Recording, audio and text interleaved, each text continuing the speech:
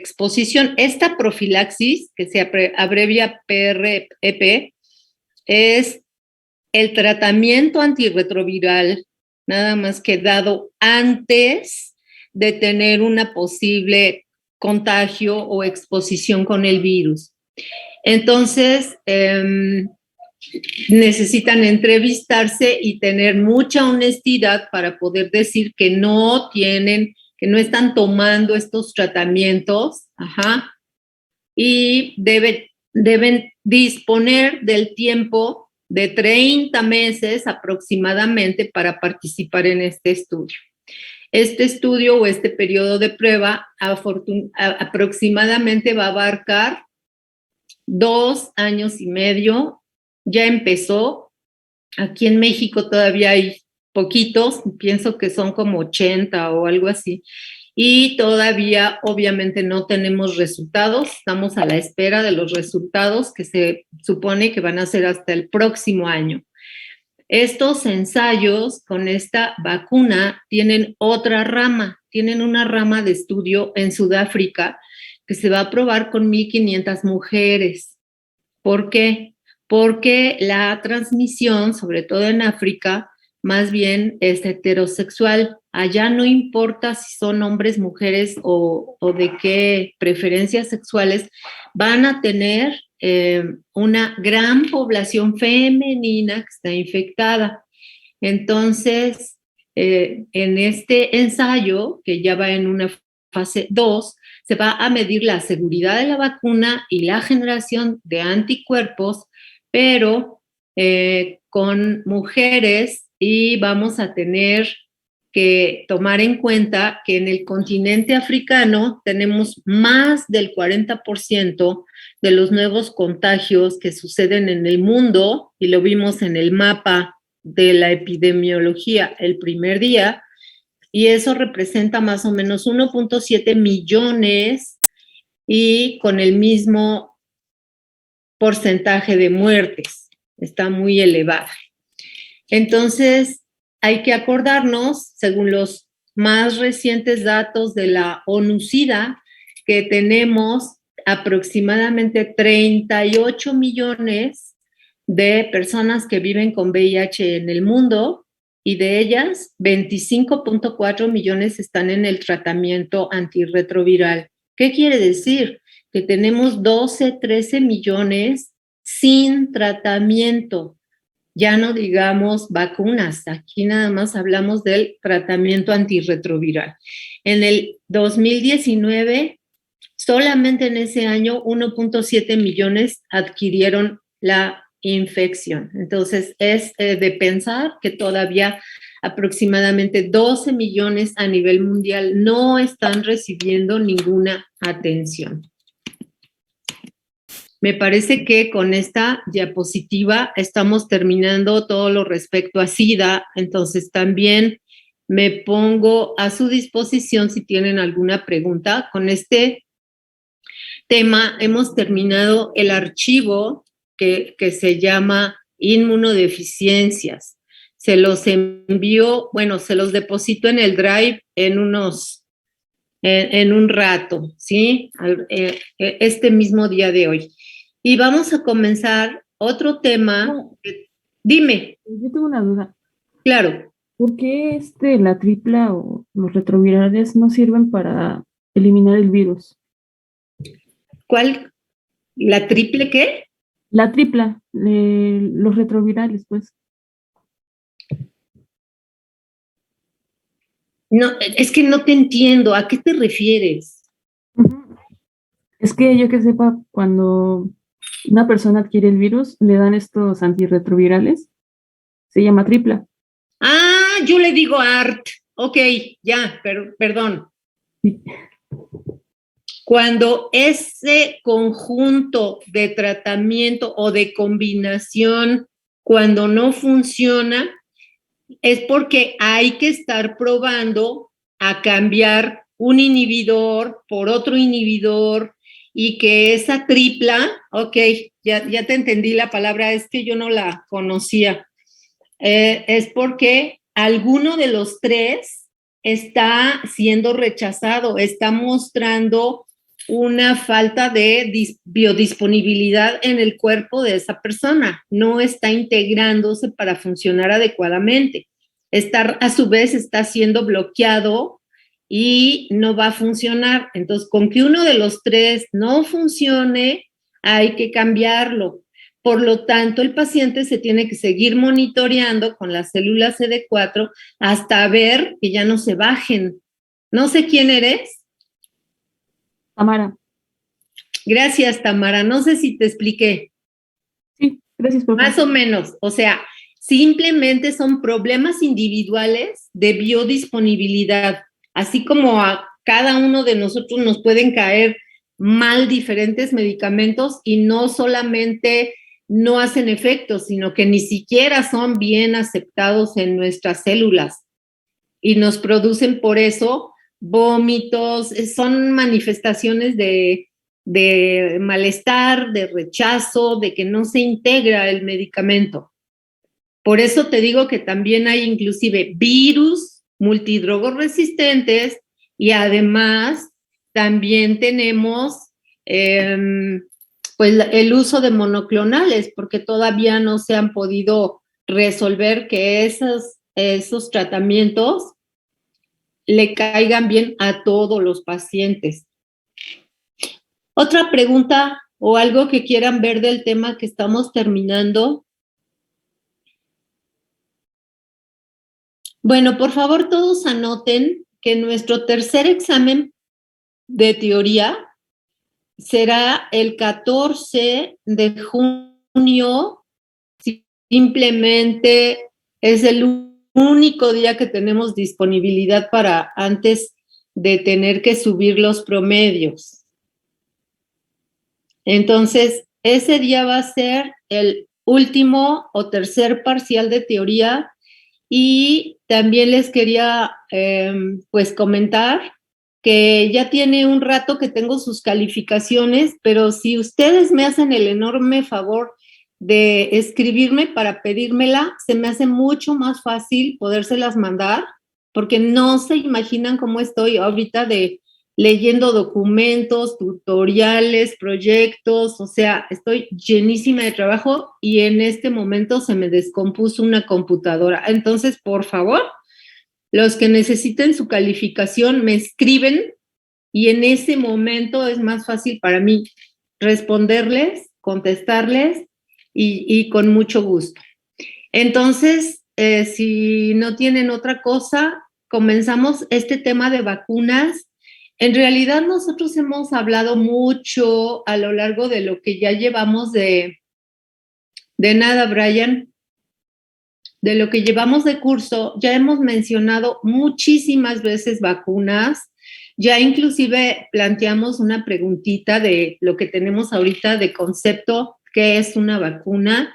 Pero aquí vamos a poder hacer un repaso y recordatorio de cosas que vimos desde que empezamos con antecedentes históricos. Bien, aquí podemos decir que una vacuna, puede ser un microorganismo completo o atenuado o muerto o fracciones del mismo.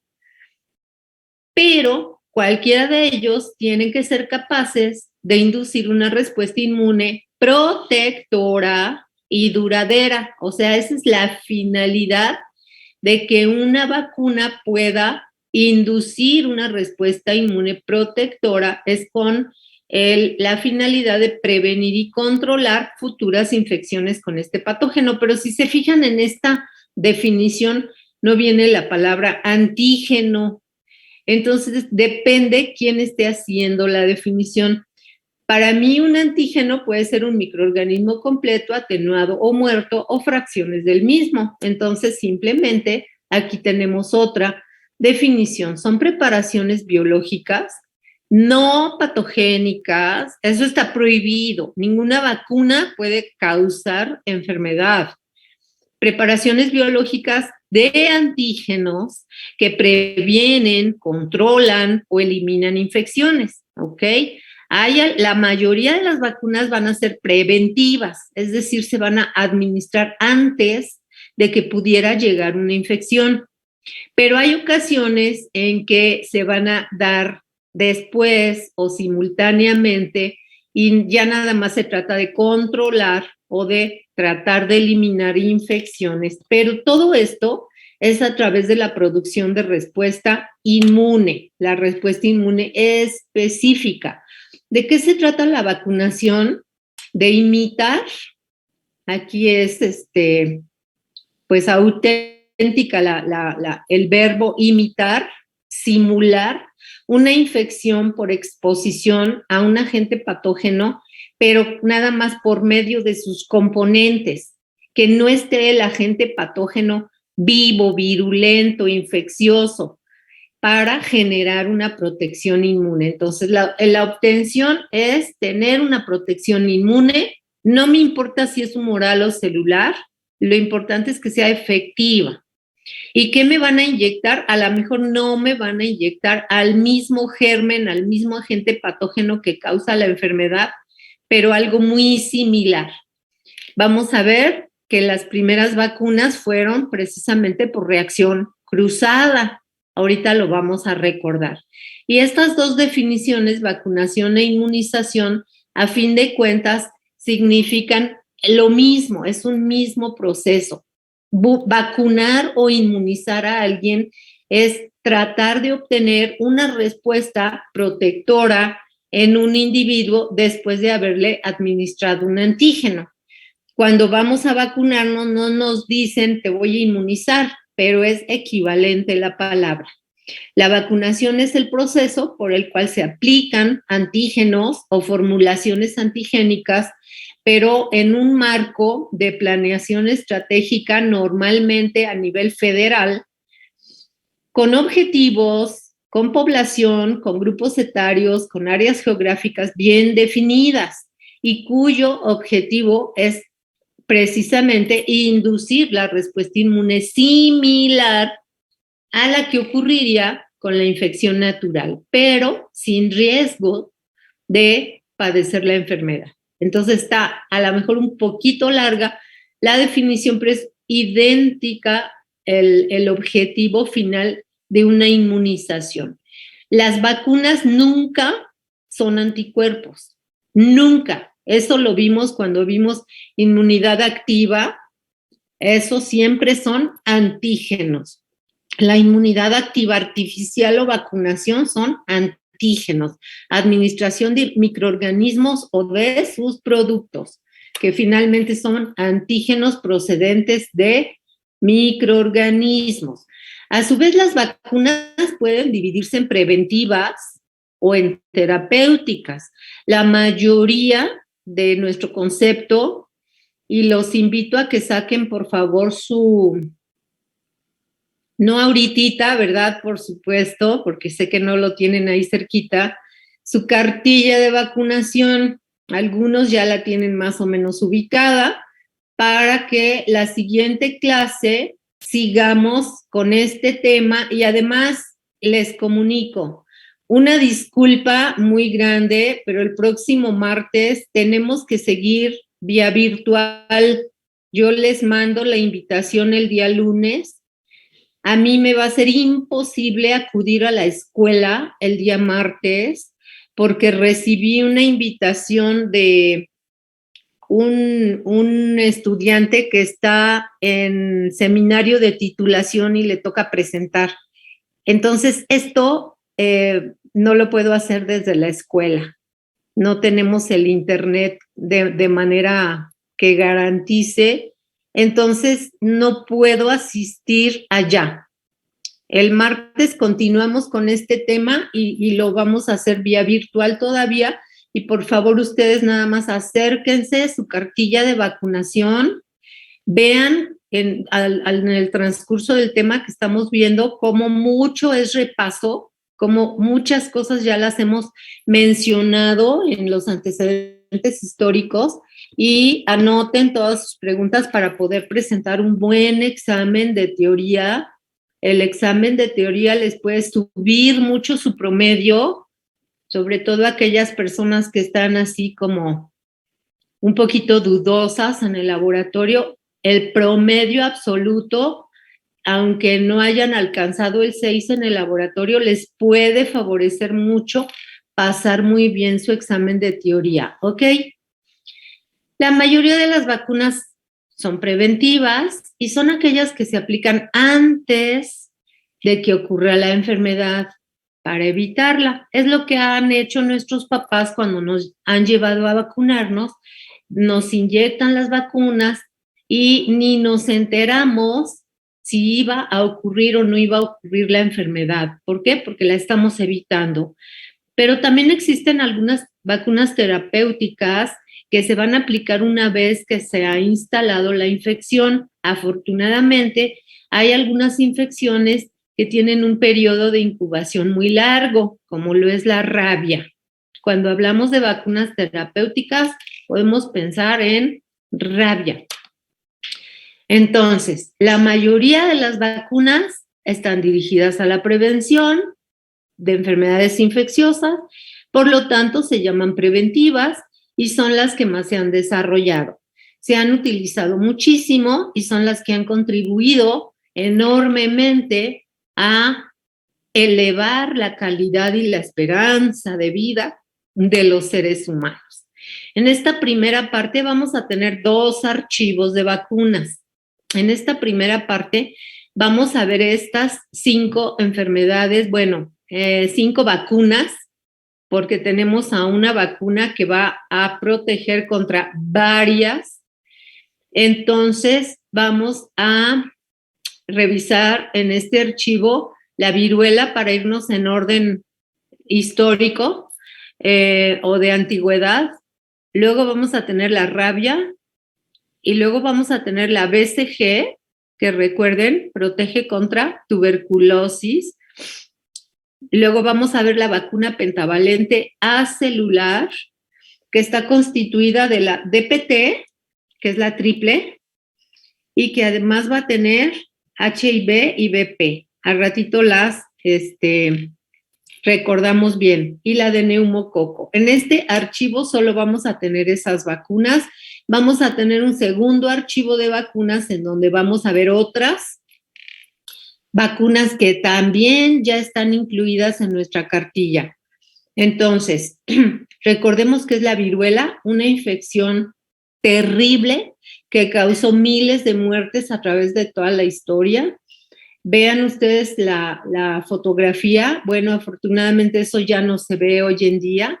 Antes del año 1800 era una infección muy peligrosa en todo el mundo y desde el momento en que se introdujo la vacunación, esta enfermedad pudo ser erradicada. Tardó varios años, ¿verdad? Pero pudo erradicarse totalmente. La desaparición de la viruela como enfermedad es un ejemplo de la efectividad de las vacunas. Bueno, esta enfermedad es muy antigua, apareció aproximadamente 10,000 años antes de Cristo en el norte de África, puesto que se han encontrado evidencias en las momias egipcias. Hay en los museos también hay documentación de que aparentemente ya tenían la viruela, pues los egipcios de las grandes dinastías.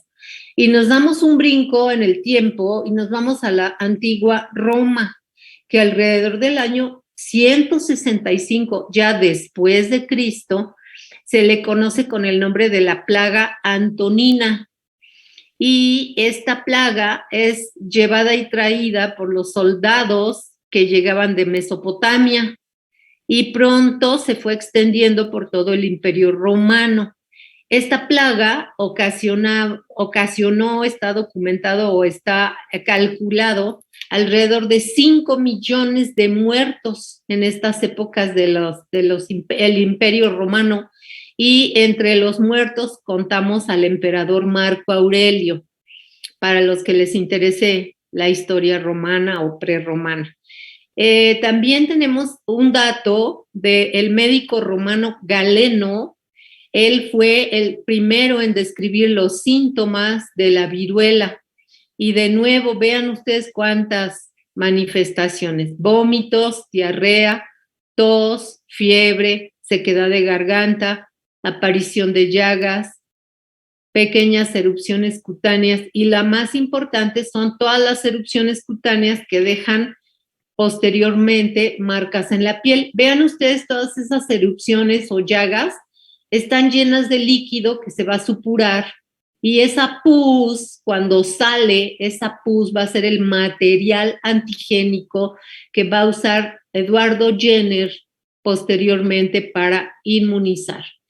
Pero una vez que se abren todas esas llaguitas, van dejando unas escarificaciones, van dejando unas huellas que no se curan, que la piel ya no va a quedar intacta.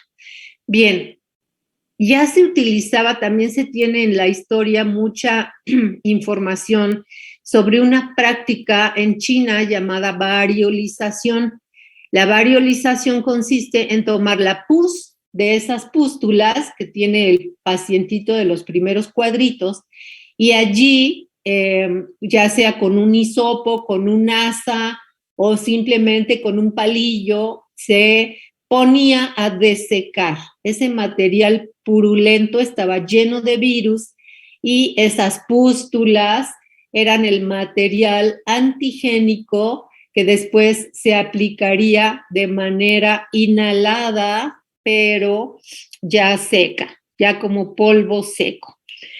Pero Eduardo Jenner es el, digamos, creador o el primer vacunador que pone en práctica a modo de que se aplique esta vacuna de la viruela a nivel mundial. Él nace en 1749, y cuando era un pequeño, como de 8 años de edad, tuvo una gran experiencia traumática que marcó cuáles iban a ser sus investigaciones futuras, porque hubo un brote de viruela en su ciudad natal. Él nació al sur de Londres, en Inglaterra, y aunque él no estaba infectado, su familia decidió también someterlo a un tratamiento que es el que existía en esas épocas. Imaginen ustedes, 1758, por ahí así, y el único tratamiento preventivo que se conocía hasta ese momento se llama variolización. Ahorita en la siguiente diapo lo vamos a recordar. Hay que acordarse que en el siglo XVIII, que es la época en la que estamos hablando de Eduardo Jenner, en Europa, más o menos 400,000 personas se morían cada año por esta enfermedad, y un tercio de los sobrevivientes, o sea, se morían algunas personas, pero otras quedaban, vamos a decir, curadas, pero marcadas en su piel. Además, podían quedar ciegos, deformados, y de estos sobrevivientes, que nada más eran como la tercera parte de los pacientes, pues tenían secuelas que les acompañaban por el resto de su vida. Se calcula que en el siglo XX, ya de 1900 a todo ese siglo, tuvimos 300 millones de muertes también por esta enfermedad, o sea, el siglo pasado. Entonces, ¿cuál fue el tratamiento preventivo que le hicieron a Eduardo Jenner cuando era chiquito? Se llamaba variolización. Variolización viene de la palabra, como le llamaban, variola, a una pústula pequeña, y venía del latín. Esto lo había observado Lady Mary Wortley Montagu. ¿Se acuerdan de la señora que había ido de visita a Constantinopla porque su marido era el cónsul allá en lo que está en Turquía, en lo que hoy es una ciudad muy interesante? Bueno, esta señora observó todas esas costumbres, y como ella había padecido también la viruela y había perdido a su hermano a causa de la viruela, cuando oyó hablar del método en donde se infectaba de manera deliberada a los niños sanos o a personas sanas para generarles anticuerpos, ella no dudó en aplicárselo a sus hijos. Entonces, cuando ya se iba a embarcar de Constantinopla de regreso para Inglaterra, traía un hijo recién nacido. Lo que hizo fue hacerle esta variolización que consistía en tomar de las pústulas de los pacientes que tenían la viruela activa y embarrarla, más bien hacer una escarificación, hacer un rasguño a propósito y deliberadamente embarrarle ahí encima para que se penetraran todos esos materiales que vienen dentro de la pus y que son los virus de la viruela. Si se acuerdan de esta variolización introducida por Lady Montagu en Inglaterra a su regreso después de haber estado en Turquía. Bien, entonces después de la infancia de Edward Jenner, llega el momento en que él ya en 1796, después de haber observado a una gran cantidad de pacientes de diferentes enfermedades en sus ámbitos, ya les platiqué que en esa época, pues el médico asistía en carruajes a visitar diferentes granjas, porque la gente en esas localidades vivía más bien en granjas. Entonces, Edward Jenner ya había observado que las ordeñadoras que se habían contagiado con la viruela de las vacas no se enfermaban de la viruela humana. Ya llevaba varios años haciendo estas observaciones hasta que este 14 de mayo él tomó pus proveniente de una de las granjeras ordeñadoras y que se llamaba Sara, y ella nada más tenía unas cuantas lesioncitas en su mano, pero en su cara no tenía nada, y de ahí dijo Jenner, bueno, este virus que parece menos bravo, se lo voy a inocular a un niño, pero con buena onda tratando de protegerlo. Este niño de 8 años también era un niño que vivía en esa granja y lo salvó porque no solamente no desarrolló la viruela, sino que además se mantuvo sano después de que lo retaron, después de que le inyectaron a propósito material de pústulas provenientes de viruela humana. Esto entonces es una vacuna que se llama de reacción cruzada, porque el virus de las vacas no es el mismo que el virus de la viruela humana. Los dos son viruelas, pero son especies específicas, ¿ok? Todo eso lo escribe Edward Jenner en 1798 en un libro llamado Variolae Vaccinae, vacuna de la viruela, quiere decir, ¿ok?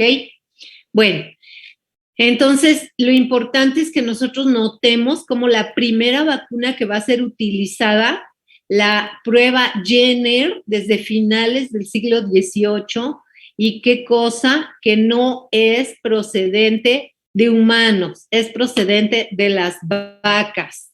Aquí tenemos este cuadro que se llama Vaccination, que está pintado muy similar a lo que era en la época. Aquí Eduardo Jenner inyectando a un niño con pústulas procedentes, o bueno, material de las pústulas procedentes de lecheras, procedentes de la viruela vacuna, ¿ok? No usa la viruela humana como antígeno, sino la viruela de las vacas. Entonces, cuadros o fotografías de la época donde ya se empieza a hacer la vacunación más, vamos a decir, frecuente, como también en otras latitudes empiezan a utilizar esta práctica. Ajá, acá abajo vemos un niño aparentemente africano. ¿Y cómo es que llega a América esta vacunación? Recuerden la expedición filantrópica de la vacuna de la viruela. Esto ya es en 1803, ya cambia el siglo, y de España nos mandan estos navíos que están llenos de niños que traen sus viruelas, y aquí ya la vacunación ya va a ser de humano a humano, ya no traen a las vacas en el barco, aquí lo que traen son niños infectados con sus pústulas y llegan a las diferentes islas del Caribe y posteriormente al puerto de Veracruz en el año 1804, donde empieza la vacunación en las Américas. Simultáneamente también pasaron a Perú, habían otras expediciones, otros barcos, y si contamos de 1804, que llega a las Américas, hasta 1977, cuando tenemos el último caso, el último paciente en Somalia, en África, y que era un paciente de 23 años, aquí se marca la erradicación global y total de la viruela. Y esto solamente se logró después de la vacunación, ¿ok? Entonces ya tenemos a África como un continente con cero viruela. Viruela se dice smallpox en inglés. Y este señor que tenemos por acá, bueno, el documento que marca todo lo de la ONU, pero nosotros también tenemos que reconocerle al jefe de la campaña de erradicación, que se llama Donald Henderson, cómo pudo ayudar a eliminar totalmente a la viruela de la faz de la Tierra. Entonces, este germen ya nada más existe congelado por ahí, liofilizado en algunos laboratorios, pero ya no está circulando en ningún país, ¿ok? Esta se considera una de las más importantes enfermedades de la humanidad en todos los tiempos. Terminamos con la viruela y vamos a pasar a Louis Pasteur. También ustedes recuerdan que esta secuencia llevábamos cuando vimos antecedentes históricos, por lo cual yo creo que es más facilito porque ya lo estamos como revisando por segunda vez. Pero entonces, primera vacuna, la viruela, que fue realmente utilizada a nivel mundial y que sí logró lo que todas las demás vacunas pretenden, que es erradicar una enfermedad. ¿Qué pasa con Louis Pasteur? Bueno, nos trasladamos a los años de 1822, siglo XIX, en donde él trabaja atenuando patógenos. Primero logra la atenuación de algunos patógenos, de algunas bacterias, de manera casual, es decir, deja un cultivo a la intemperie y cuando regresa, aproximadamente una semana después, se encuentra con que ya perdió su potencia, lo que nosotros le llamamos su virulencia. Se lo inyecta a animalitos, a pollitos, y ya no les genera la misma infección que antes de quedar atenuados. Con este descubrimiento de la atenuación de los microorganismos, Pasteur lo que descubre es que con estos patógenos puede inducir una respuesta inmune protectora porque sirven de antígenos y de esta manera no provoca la enfermedad. Pasteur tiene 3 vacunas principales con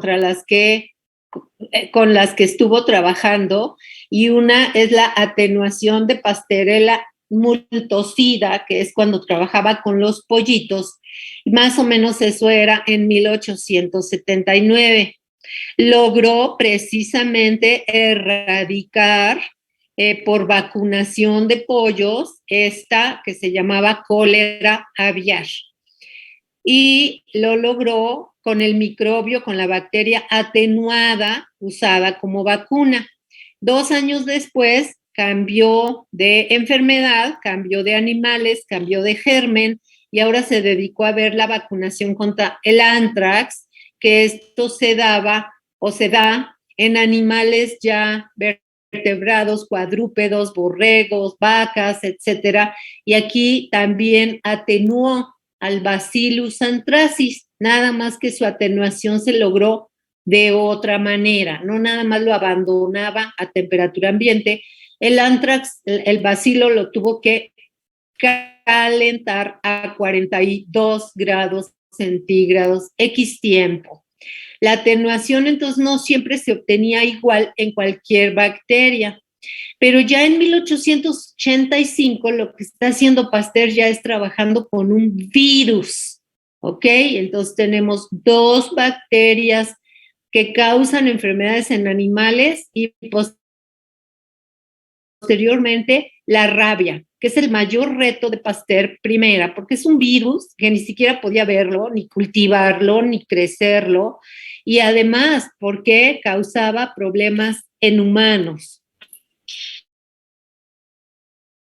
Pasteur es el que propone el nombre de vacunas a todos los biológicos que se usan de manera preventiva, y esto lo hace en honor a Jenner, reconociendo que gracias a las vacas de Jenner pudo lograr esta inducción de la respuesta inmunitaria, ¿ok? Aquí se ve cuando el niño que venía de 3 días atrás de un pueblo y había sido mordido por un perro rabioso y se llama Joseph Meister, Pasteur lo está vacunando, le está inyectando preparaciones virales que Pasteur tenía de médulas espinales disecadas de perros, procedentes de perros, y que habían estado infectadas con ese virus de la rabia. Quien quiera más detalles me puede decir, pero tampoco me quiero extender porque también ya lo vimos, ¿no? Entonces, esto que hace Luis Pasteur al inyectar este niño es ya conocido como una vacuna atenuada. ¿Por qué? Porque el virus primero se había inyectado en estas médulas espinales y se habían dejado desecar a veces días, pero a veces semanas.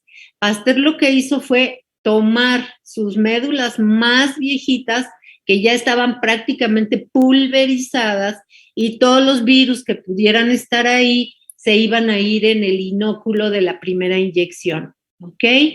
¿Y por qué se llama unitaria? Unitaria se refiere a que nada más estamos vacunando con un germen para una enfermedad, porque después vamos a tener, por ejemplo, vacuna triple, ¿ok? Eso es lo único a lo que se refiere. Entonces, el aporte más importante de Pasteur es descubrir el método de atenuación, que fue por accidente, y que hizo que pudiera producir la primera vacuna desarrollada en el laboratorio y que fue contra el cólera aviar. ¿Se acuerdan? Bueno, las vacunas más modernas ya se fabrican a partir de los patógenos